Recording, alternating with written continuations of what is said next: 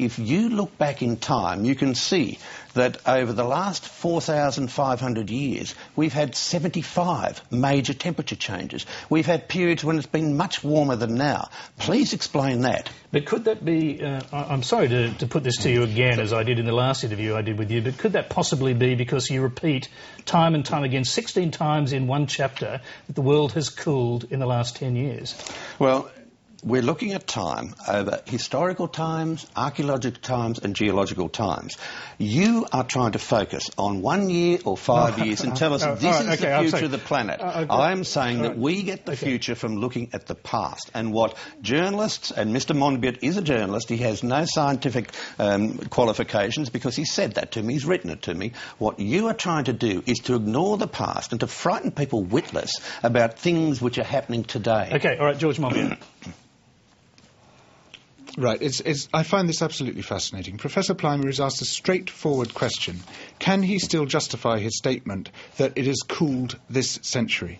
Instead, he goes off on a long rambling disquisition about who asked what to whom, about medieval warming, about warming 4,000 years ago, and he will not answer that question. And then he accuses, as if it's a terrible thing, us of being journalists. Well, the purpose of journalists is to press people to answer questions. The purpose of scientists is to be open and transparent and to answer those questions.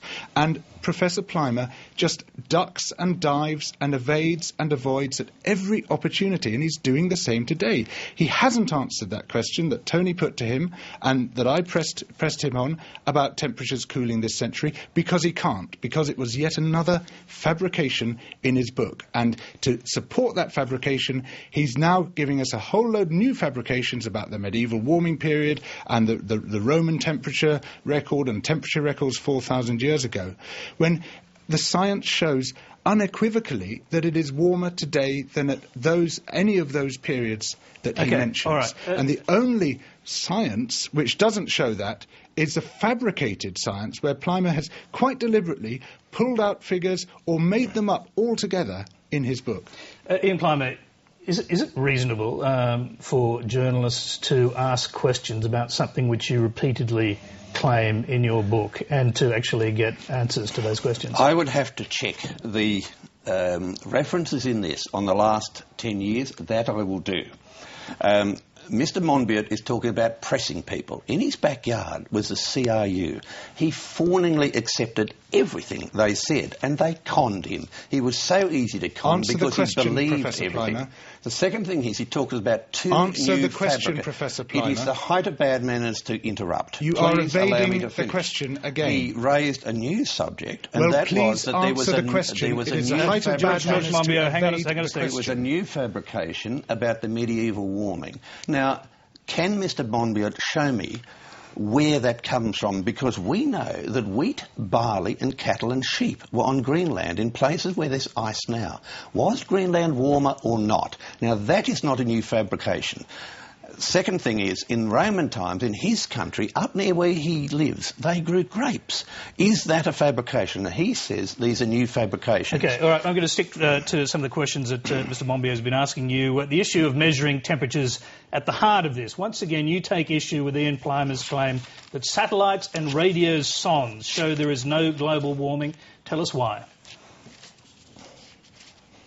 Yes, well, this is fascinating because he, for once, gives a reference to that claim. So you're able to go back and check the reference and see if indeed it says what he says it says. And you know what?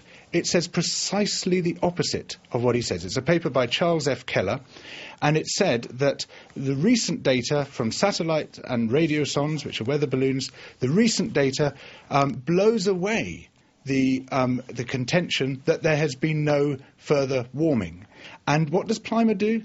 He takes that bit saying no further warming and suggests that the paper is claiming that the satellites and radio sondes show there's been no further warming.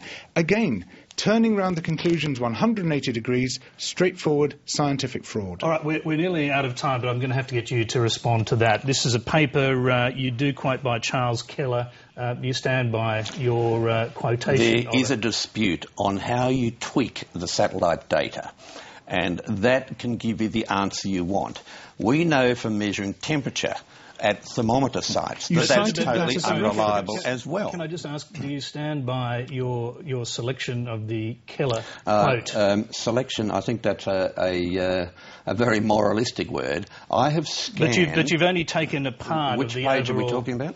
Yes, it's page 383. You turned it around 100. You turned it around 180 degrees. You actually made up the conclusions of what the paper said. Well, the treatment of the data is very interesting. For example, we go to any measuring site, and I've got one here from Mildura showing that there are 11 changes since we started to measure data there. That's unreliable. But just a quick question. We are nearly out of time. Satellite data. Sorry, we're nearly out of time. It's so quite interesting the way that journalists handle science. If you don't want to get your message, you made up what the reference said. Answer the question. You want to bully people rather than deal with evidence. George Monbiot, just hang on. Sorry. There is an enormous... We are pressing you... OK. For God's sake, get some manners, young man. There is an enormous dispute as to how you measure temperature from satellites, because you have to put a huge number of corrections there. That is what I question. There's one paper that might have one set of corrections and another paper that might have another set of corrections. And this is the way temperature is measured. The same with ground temperatures. We have ground temperatures that get corrected all the time. But again, you are looking at the last few years. You're not looking back in time, where every temperature change and every climate change has been more rapid and greater than ever we see today. OK, George Monbiot, a final point. Sorry, the question was... We're nearly out of time. Sure.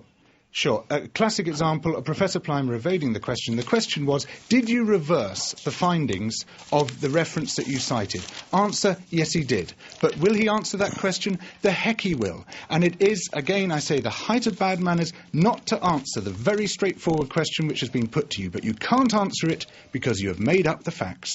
And why does Mr. Monbiot use blog sites where the bloggers are paid to smear scientists? This is Dismog blog, which is paid for by the Suzuki Foundation, and those people who donate to Greenpeace and the Suzuki Foundation are putting money in to blog sites to smear scientists, those which he uses as a journalist. He's got no scientific knowledge whatsoever, and as a journalist he uses those to smear people who in a society are coming up with a different view, and my view is based pure on distraction. time, on history. You are again evading the question, you are evading the issues.